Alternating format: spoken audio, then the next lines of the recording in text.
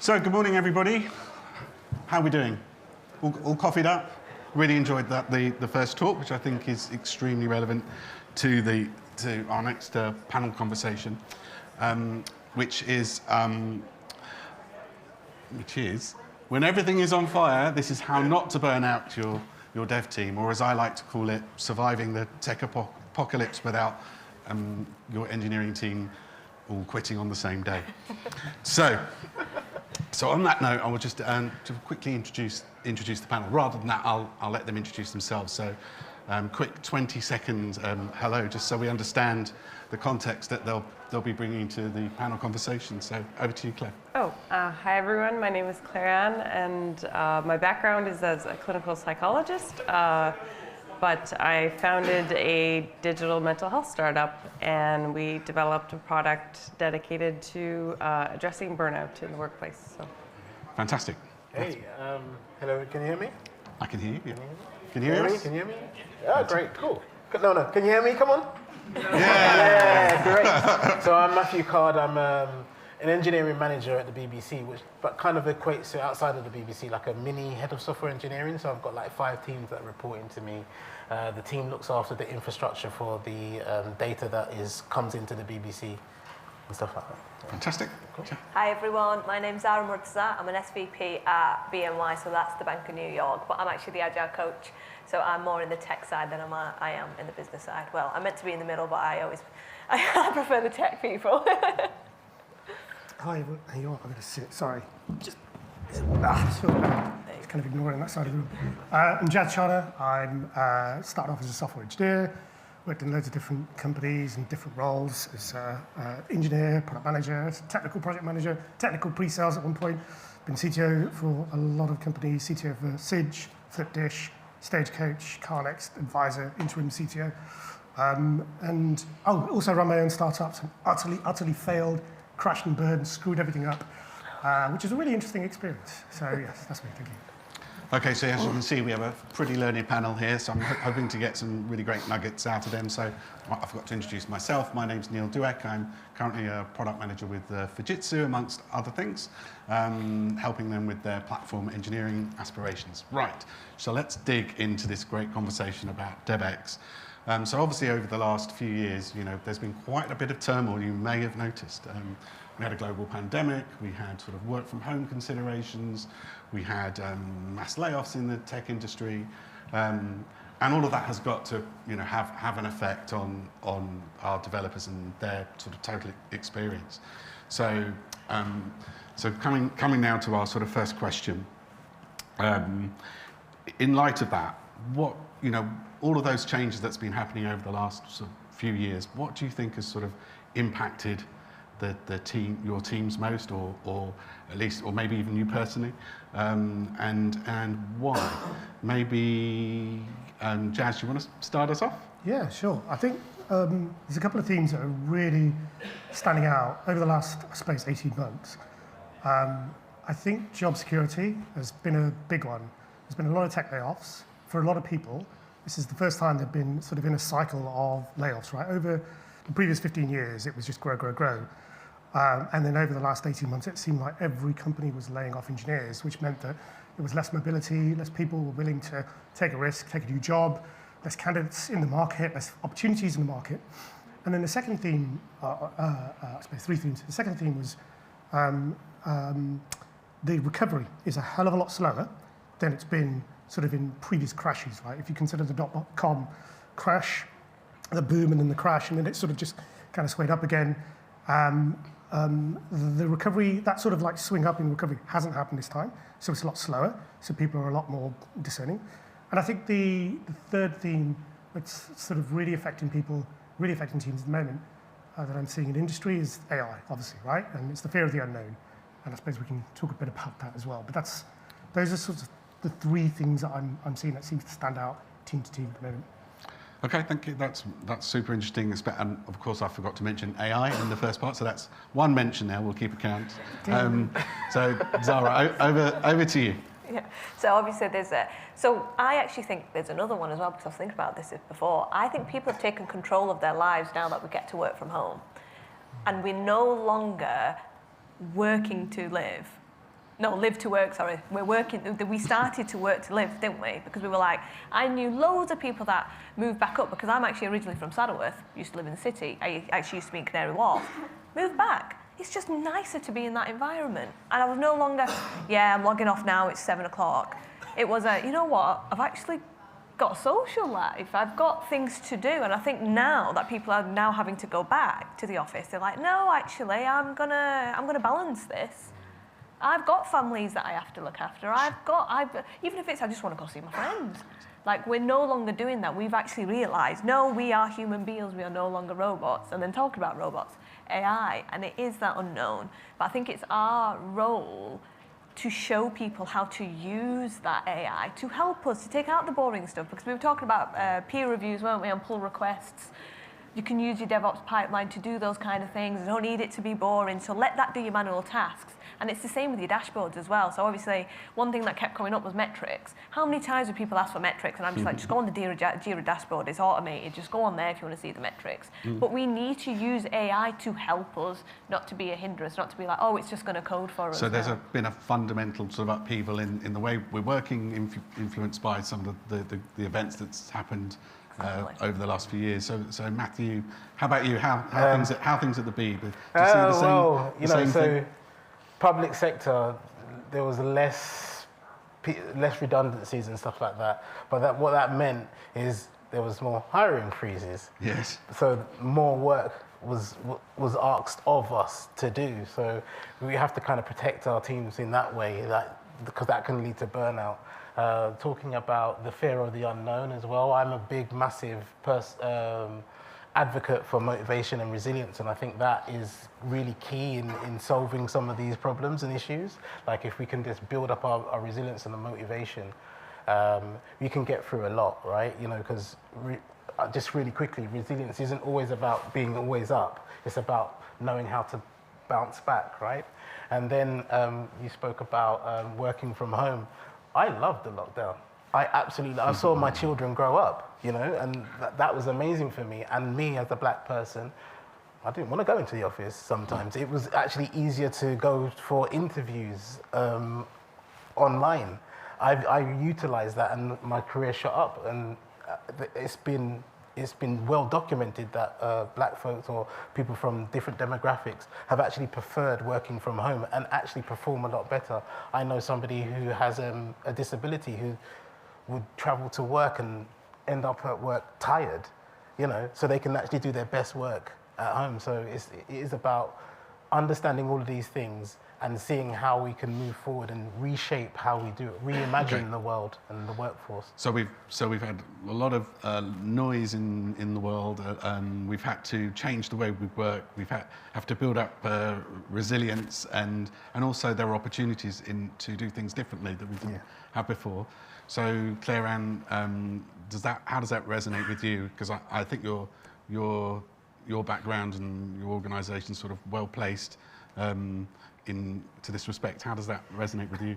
Well, you know, when we started off, we were fully did everything in person, and then we had to switch to doing everything online, and we're fully remote now. And so obviously, you know, making that transition was hard, and keeping the kind of momentum going within the team. And just from like a psychological perspective, you know, when you are working remotely and you're working from a screen, you have a lot less access to the information that we're processing kind of on an unconscious basis regularly when we're in face-to-face interactions. You know, we have the benefit of our 5 senses and, you know, not just this view of a person. And so, you know, we know like the phenomenon of Zoom fatigue, that's a real thing because your brain is actually working a lot harder to understand the intentionality of the other person. And so, you know, there's been a consideration within our workflows and kind of, you know, how many meetings you have, you know, to try to get the right balance of, you know, good communication, but not, you know, not doing too much with that within the context of those, Zoom calls and whatnot. Sure, I'm very familiar with the Zoom fatigue. I worked for one large organisation in London for about 12 months. I don't think I left the desk in the entire time. It was just like one meeting in entire to the other. So, okay, so we sort of covered, I think, how recent changes are affecting the team. It's quite significant, right? Ways of working have been upended. People need to be more resilient, but then there's opportunities to perhaps do things differently, which present opportunities perhaps in a more diverse way. It seems perhaps in some ways can be fairer and in other ways not, potentially. And also how organisations have to adapt quite quickly to sort of newer ways of working. So I guess the next question is, how can we as leaders make our teams feel psychologically safe to work in those environments and ultimately meet the goals that we're setting them as leaders. Who wants to take that one? Zahraa, I think I've gone as an agile coach in BMY. I mean, I guess that'd be interesting to hear your perspective. So it's on us as leaders, but we need to meet in the middle. And I do think I do think if you're a leader of people, you do need to have a certain personality.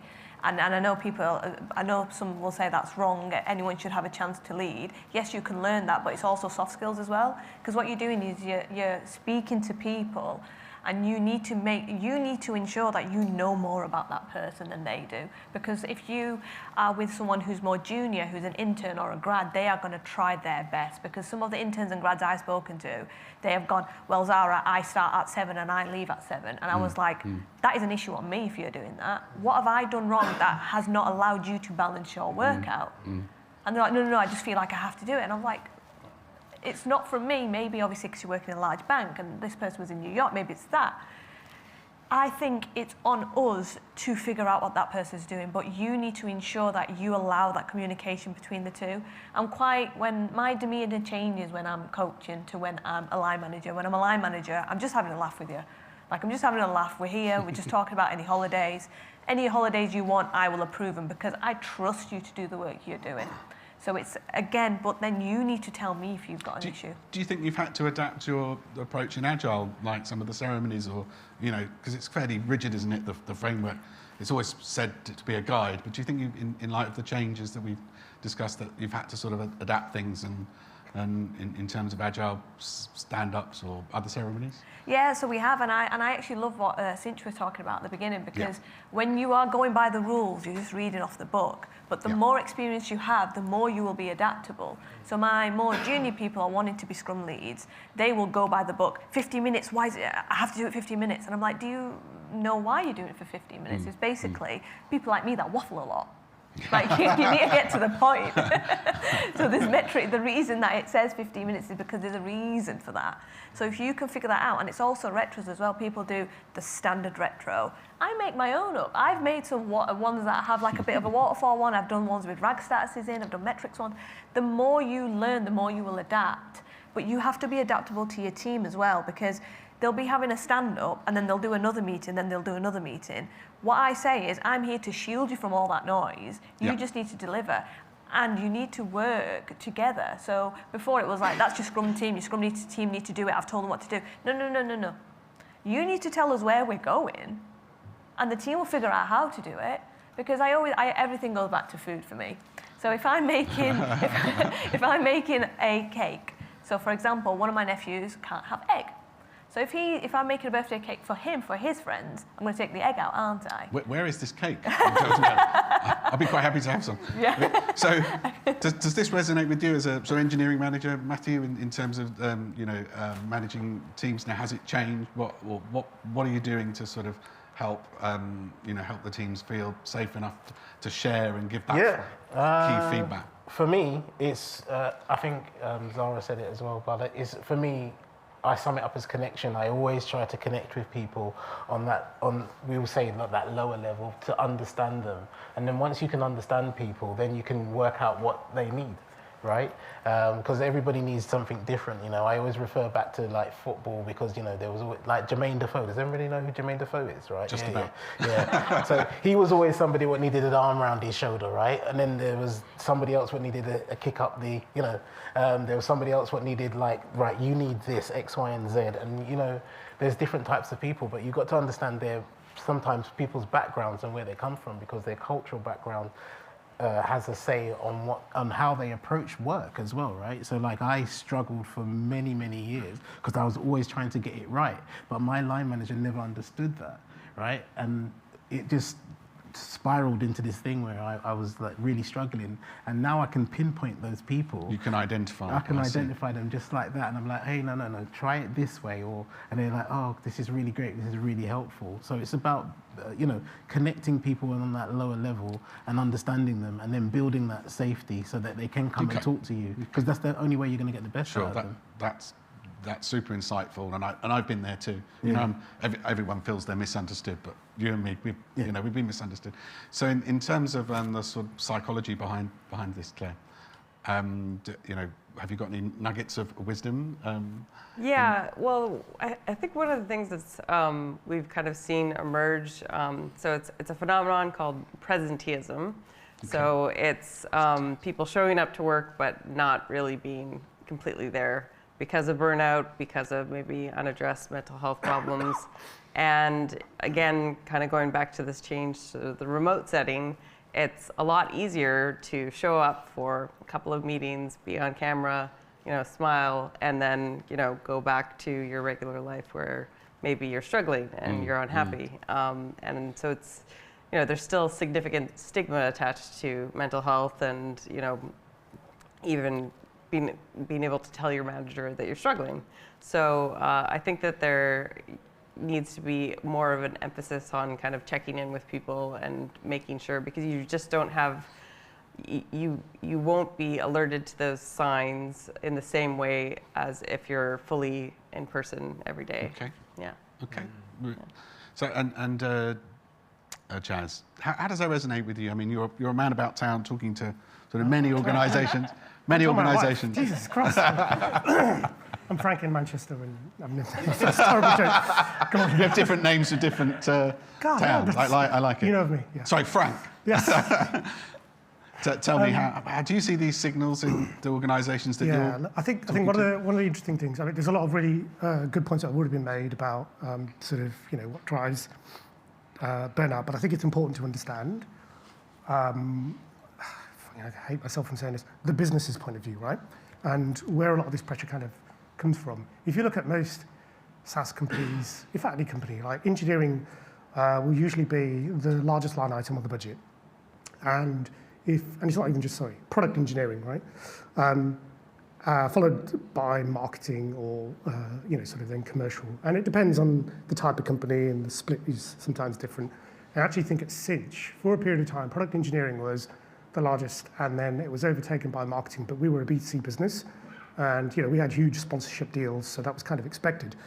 But when you think about how much money an organization is spending on a particular function, and you consider it might be, you know, as much in these companies as like 50% of the overall P&L, that's a lot, that's a hell of a lot. And if you think about other functions like sales and like marketing, you know, how do they get accountability? How do they make sure that the money that they're spending in that area is going to return on investment, right? Is going to, you know, sort of return something valuable, isn't going to be completely wasted. And this is important to the the burnout question, because if you understand that this is how a lot of execs think, and traditionally, other departments are held accountable to sort of like very hard specific metrics, right? Like a sales team, for example, excuse me, I've got a bit of a cold.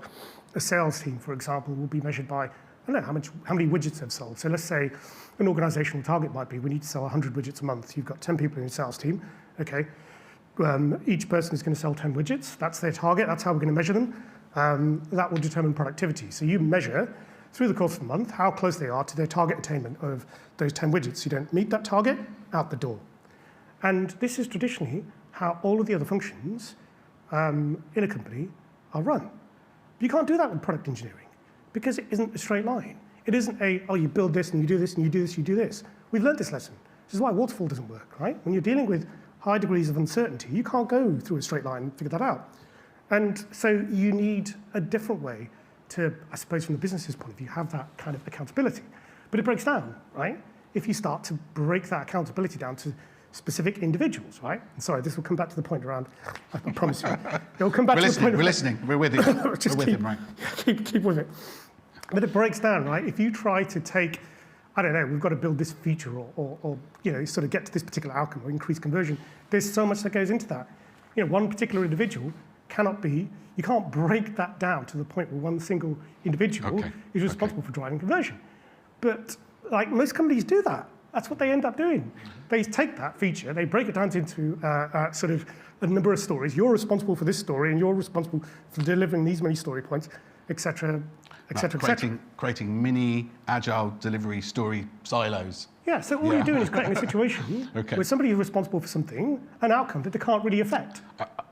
There's more to drive burnout than anything else. I'll tell you what's very interesting there, we're trying to unpack this a bit, is you described sort of this need to perform to like a sales target, but I'm an engineer, so that's, and also the load that you're putting on the engineers and the team, that cognitive load that we all hear about, and also in the face of everything else, all the complexity that we have that these teams have to deal with. I mean, thousands of tools, languages, frameworks, different, agile ways of doing things, safe, Kanban, agile, Scrum, you name it. The false is. Yeah. So what advice, what's from your learnings from all the people that you talk to, what sort of nuggets of wisdom or advice could you, provide other leaders here to sort of combat that cognitive load and complexity and that performance-led?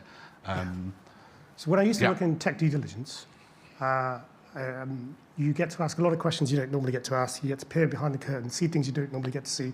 9 times out of 10, why companies wouldn't succeed was the disjoint between the executive team at the top and the team that was doing the work.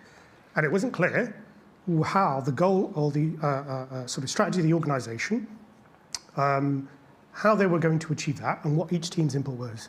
And I would say really, really simply, and these guys, Andy and Tolly touched on it earlier, these guys, when they were talking about orderly mapping, and they were talking about making that connection between sort of the company strategy, the user needs, down to sort of the individual components that are affected by it, and then really, really understand, like you're first of all, the unit of delivery is a team. Measure the team in relation to their outcome. Measure that outcome in relation to the overall business outcome.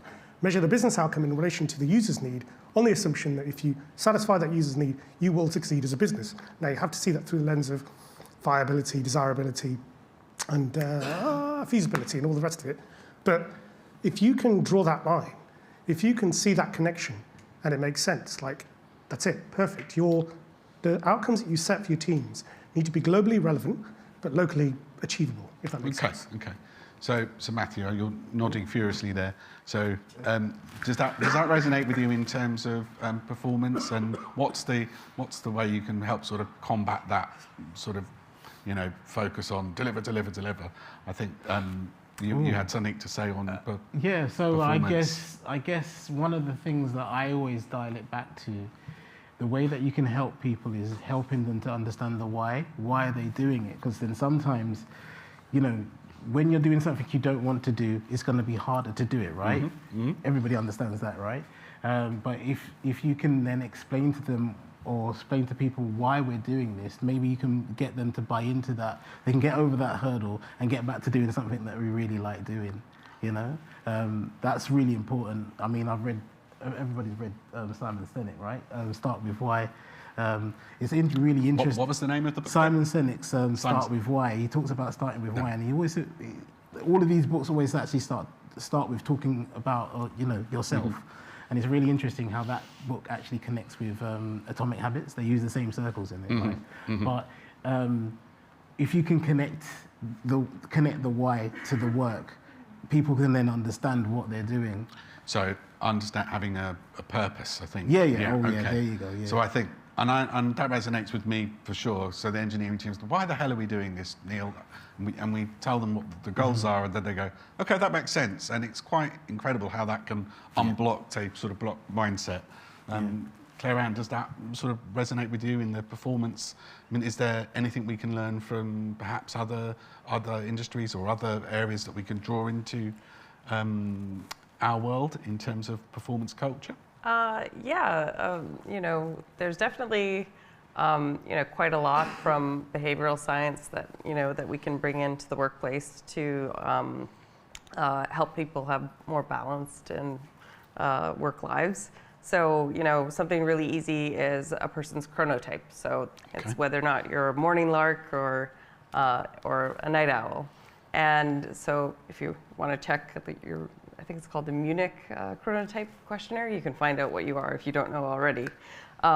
So there, you would want to optimize, if you're a morning person, doing your more cognitively demanding tasks in the morning.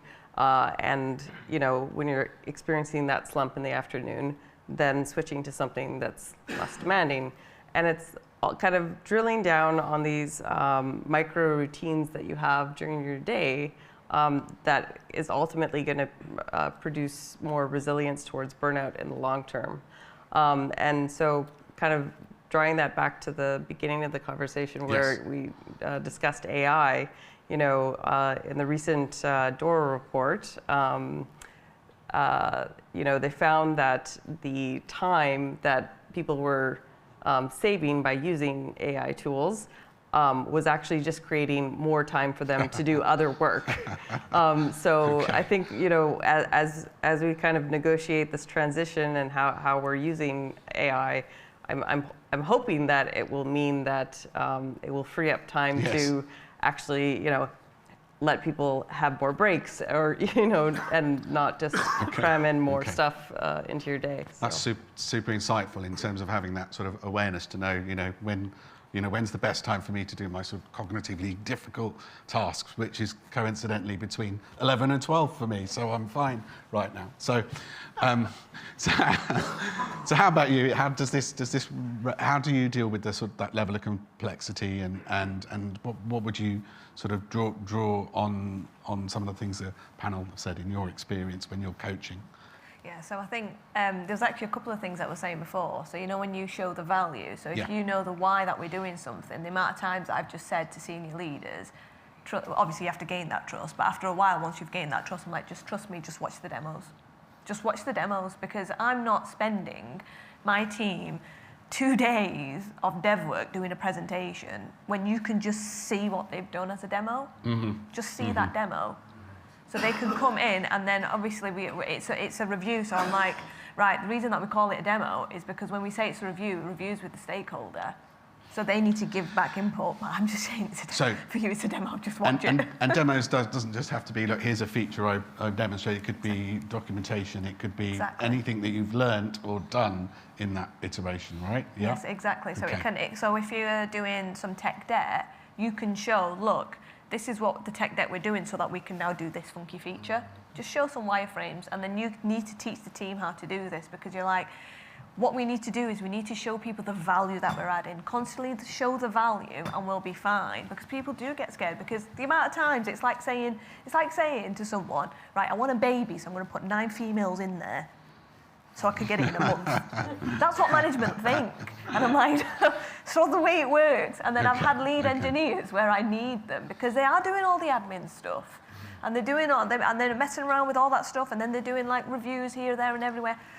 You're paying that person more. Why are they not delivering anything? Do you know the other stuff that they're doing? So it's showing, again, you need to bridge that gap between management, but you need to make management accountable to say, you need to give us a direction, you need to give me that objective and that key result that you want my team to do, because that's the reason you're earning the big bucks.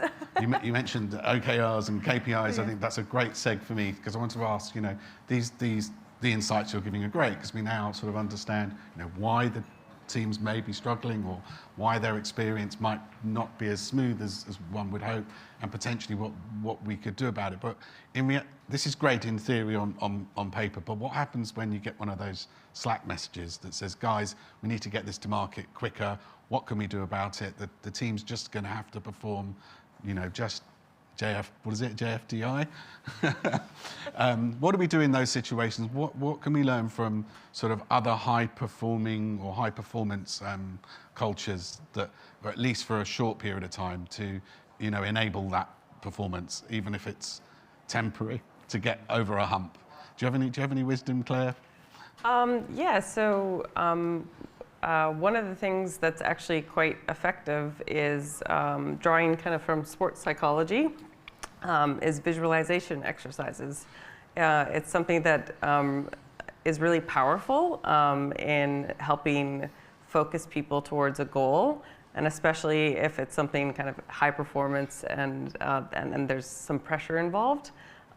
It lets people kind of clarify in their minds what the endpoint kind of looks like. Okay. And so it's not intuitively obvious that sports psychology would inform software engineering, but it's we're finding that that's the case, that when you bring these visualization exercises over to people in a work context, it does help them perform. Sure, so it definitely ties up with purpose. Definite correlation right there. I might want to swim a length much faster, but is the equivalent of I need to deliver this faster. I can, if I focus and I can see myself doing that sort of helps. If you work at the time of day that's most cognitively supportive to your own sort of psyche. Does anybody have any comments on that? Is that realistic? Going back to the question, I would just do the textbook kind of stakeholder management answer. I'd ask them why again. Why do you want it now? What is it that you're actually trying to achieve? Yeah. And then once you actually understand what are you trying to achieve, maybe we could do something like this that can get what you want, whilst we then go and do you put something out, they can get the metric or get whatever they want out, feel happy that it's out there in the world, and then we go back and we do all of the stuff that we need to do to make it as robust as possible. So you always go back to the why. What is the purpose of this? So maybe push back some of the time, so that don't take it blindly, but try and meet the outcomes that they're. Maybe cut a few corners, come back to it later. Not cut corners. No cutting of corners. No cutting Deliver corners. everything to the word. No. Deliver a good working something that delivers value. Excellent. Right, all the way through the first slice. A minimum marketable product. Yeah, there you go. There we go. No, with testing. Don't scare me. With testing. Without any observability. So here, but the list is creeping up now. So it was no cutting corners. We've got a minimum marketable product with testing and observability. Yeah, but that's where you have the trust and the trust. The trust, so you can say, this is what we can do as the minimal viable product. But it's so interesting, just that little conversation. You can quickly see, but I need this and I need that, I need. Because that's the whole point of Agile, because you are giving that minimal viable product, aren't you? Yes. That's the whole point. So you have to say, look, we are an Agile team, so we've de-scoped it as much as we can. Mm-hmm. That's why we deliver something iteratively. So if they come back saying we need this feature quicker, you'll be like, yeah, but we had a planning to show you when that feature will be delivered. We've done capacity planning, we've done load planning. So either you tell us what we need to de-scope out of this, and you work with us to tell us what the customer can say. Because say if it's like, once I was actually on a team, this is in my consultancy days, someone goes, don't do the DDA testing. And I was like, what? You don't want us to do, well, it's not needed, is it? Because we're not WCAG, so it's fine. I'm like, oh, right, if you want to be if you want to be that mean person, that kind of person, I don't really want to work here. Because you're telling me that you want to de-scope something for accessibility. So you tell them what the consequences are, and you're also, if you're already working Agile, you should know that this is the minimum that we're going to deliver. Sure, go. So I have a, I won't say controversial, I guess most people sort of buy into this and accept this now, but going back to the original question, and all of these responses are great so far, but I think if you're in that position where you get that Slack message, something has gone badly wrong within the leadership team, right? That's the problem. It needs to start sort of kind of before that. At the point you're getting a Slack message, it's preventative measures. Sorry, it's reaction. Yes. Everything's Yes. reaction. And really what we should be focusing on are preventative measures. And I think as well, what we need to stop thinking about as the product engineering team as a unit of delivery or as delivering stuff.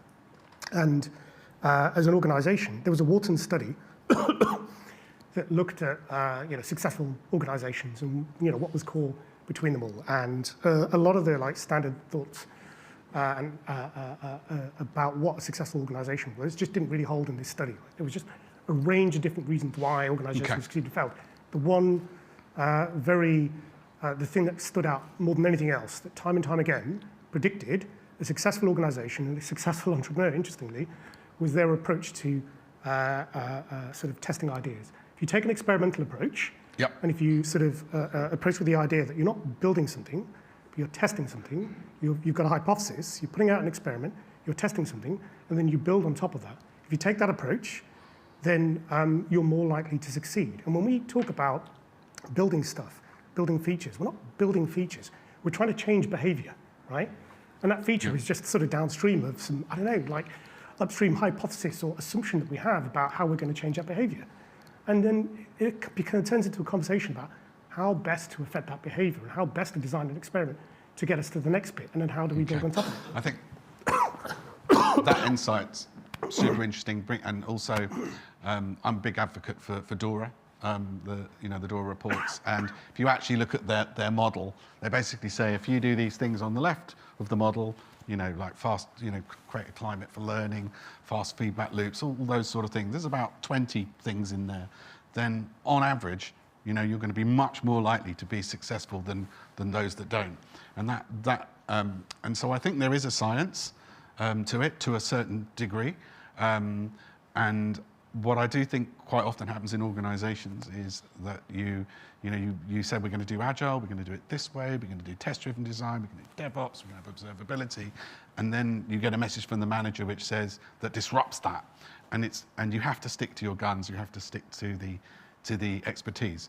So I'll go on very quickly, and we're going to. I'm going to say something really controversial here. Go for it. So I think you've got to be prepared to throw everything you know out the window and say, yeah, fuck it, we don't test. We don't have CI/CD pipelines. We don't do this for this particular experiment, for this particular time, depending on where you are. But if you have that situational awareness and you understand that goal, it comes back to, there was a question that was asked earlier about, oh God, this all seems overwhelming. Yeah, because you don't do it all at once. You do what you need to in relation to where you are and where you want to get to. So maybe we'll call that pragmatism. So maybe just as a sort of final question, as leaders, what piece of advice do you think is the most important thing to give to your teams? But also, what advice do you tell yourself? What do you think you yourself should do in order that you can lead successfully? Because obviously, if your own glass is half empty, how can you give advice to your teams? Maybe you want to start us off there. Either of you, go for it. Ladies first. Yes. Ladies first. All right, perfect. So communication. You have to communicate with your team, and it's also about trust. But lead by example. I do not work on the weekend. No. Since COVID, no, do not work on the weekend. And if anyone messages me, they know they're not going to get a response. So you need to teach the team that. So they know that their sprint is for their 9 hours within that day, within their capacity. Build trust. Build trust. Don't work on the weekend. Don't work. Yeah, lead by example. Lead by example. But communication is key. Okay, Matthew. I'll just, on the back of that, just extend that. That was amazing. I'll just say it's communication, but communicate with yourself, right? Understand yourself, be more self-aware, look after yourself, know when to take those breaks. You're not working on the weekends? No, I'm not working on the weekends. It's about understanding yourself. That's 2 people not contactable for 4 days. Yeah. This is good. This is a trend here. So, Claire Ann, does that resonate with you? Yeah, absolutely. I experienced full-scale burnout myself about 5 years ago. Oh dear. And it took a good couple years to kind of really drill into my own daily patterns so that I could, get out of it, but also so that I could build resilience so that it wouldn't happen again. And I think I would say that in addition to kind of having that walled off time on the weekends, it's also really important to have that time within your day. Okay.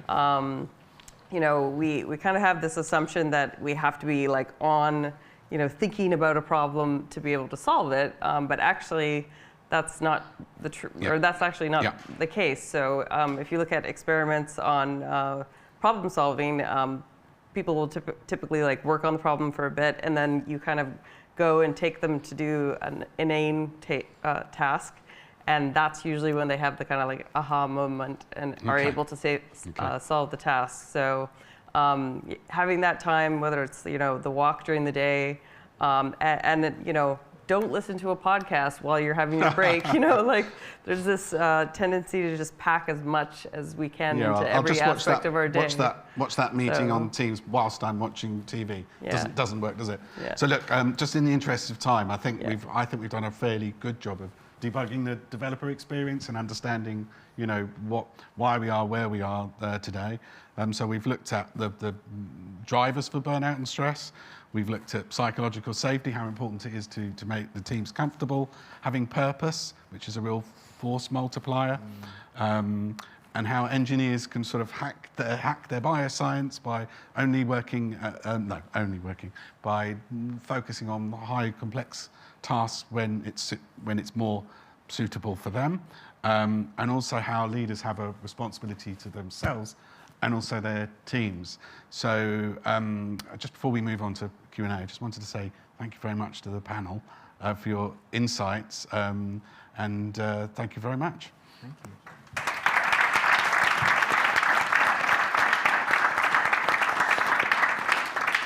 you. Any questions? Questions for our learned team? Oh, gentleman in the grey-blue cardigan near the front and the red T-shirt? Or this guy here, that's fine. Yeah. So I just had a quick question about culture shift. So to give you a little bit of context, we have a company that's based in the Middle East. So we're trying to grow a team out there. Whenever we're looking at hiring, we're kind of looking at sort of a culture alignment, but the problem that we have is that the vast majority of people over there have a very different culture and they have a very different experience where their manager is always correct for better or for worse. And our sort of initial team set has been trying to break people out of that mindset and trying to sort of promote a positive culture where I'm not always correct, I don't know everything, and I sort of need you to give me feedback. We hired you because you're a smart person, and we want to be able to sort of bring about that from an engineering point of view. But because we're quite a young team as well, I also want to try and promote leaders within that team. So it's just any advice or how to go about that, how to short circuit that. That's actually quite a tough one because the culture is very different, and you have to see it from. I'm Muslim, so I do like the Middle East because I can get to pray. I can stop and I can pray 5 times a day. But you need to ensure that you've got cross-functional global teams, because if you're saying that there's a line manager there and they're always right, if you have a line manager in a different place and you have your people there and your time zones are correct, it'll be a lot easier because of their trust. However, if they're in the office, it's going to be very, very difficult because you're still going to have a site lead there.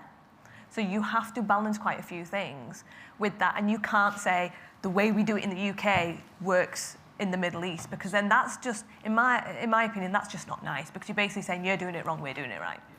You have to balance with them why things work. But if it comes to leadership and management, that's what you change. Don't change their culture. You have to transform the culture to be better, and you can't do one shoe fits all. Like we do it this way here, you have to do it that way. To become truly globalized, you have to work with them and you have to understand those things.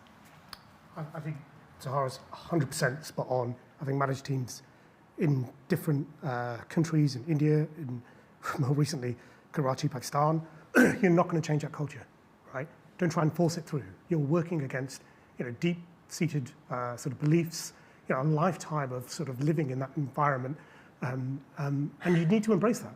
And again, 100% right. You need to do it through the leadership, and you need to let that leadership over there guide you as to what is and isn't going to work. There's tons of stuff that you just won't understand. You can watch a video, you could read a book, but unless you've lived it, breathed it, you're just not going to get it. That's okay, and it can be different, but you have to accept that it will be different, and it will cause, it will be advantageous in some ways, but it will be disadvantageous in other ways, and you need to figure out how to do it. But don't just try and sort of apply a company-wide culture. This is it. This is how it works. I think what you guys are saying is exactly what helps build trust. When anyone says build trust, that's what it is. The other thing I would say is also sometimes you have to take some risks. Promote someone you see a spark in, get them to step up and be a leader, because we all had that. I'm sure there's many leaders in the room. Someone gave us a chance, and that might have been a risk. So you have to balance. Especially in the unknown, sometimes you do have to take a little risk. Was there another question? First, thank you. we're not all C-suite here, so we only have a certain level of downward influence as well as upward influence. You mentioned JFDI earlier. I mean, that is the curse word, but it does happen. Any advice on how to deal with the top-down, we just need to get this done? I'm sorry, we can only protect so much going downwards to our dev teams. Sometimes it's almost inevitable that JFDI attitude pushes down into dev, and we do push, we almost promote that burnout because of the downward force. Any advice for how do we manage up? Sorry, I feel like I'm talking. Matthew, No. Matthew, or Zahraa? Talk to it, you go first. Go for it, Matthew. Oh, what was the sum of the question again? The last, how do you manage upwards? So again, it's for me, how do you manage upwards? It is about the trust that you have to build beforehand. I think you can't do it in the moment. You have to, for me, you have to kind of work to build that trust up, and then you know, once you're delivering that kind of value and that trust, and you'll be able to, you know, have more of a conversation with those folks. Does that help at all? Because what also I was thinking was it is that communication side, but you need to bring them on your journey. They don't know what you're delivering. Yeah. They just think you're just doing that. So if you bring them in on the planning to say, look, this is my capacity, this is the load you're giving, it's that simple. Yeah. So you bring them on the journey with you and try and figure out the right person to speak to. Yeah. That point around, the last point around impact, sort of upwards, getting them to understand, fine, it's your prerogative, right? JFDI just tells you what to do. You pay the bills, you know, you manage the budget, whatever. But this is the impact your decision's going to have. Turn it around on them. I think you want this, and something else is going to happen. Do you want to make that decision? Yeah. Suddenly, the tone of the conversation shifts. Sometimes you have to JFDI, right? And but you've also got to pay that back and enable the team some autonomy afterwards. I think that's a way to balance, because it's never going to be perfect. So I think we're at time. Oh, I was just going to say, so that's kind of like what I was meaning, like, you know, you build that trust with them and you take them on that journey, and that builds the trust with them. And then you say, is this what this is what you're going to do to the team, you know? Yeah. Hope that helped. Cool. Thank you very much. Great questions. Thank you.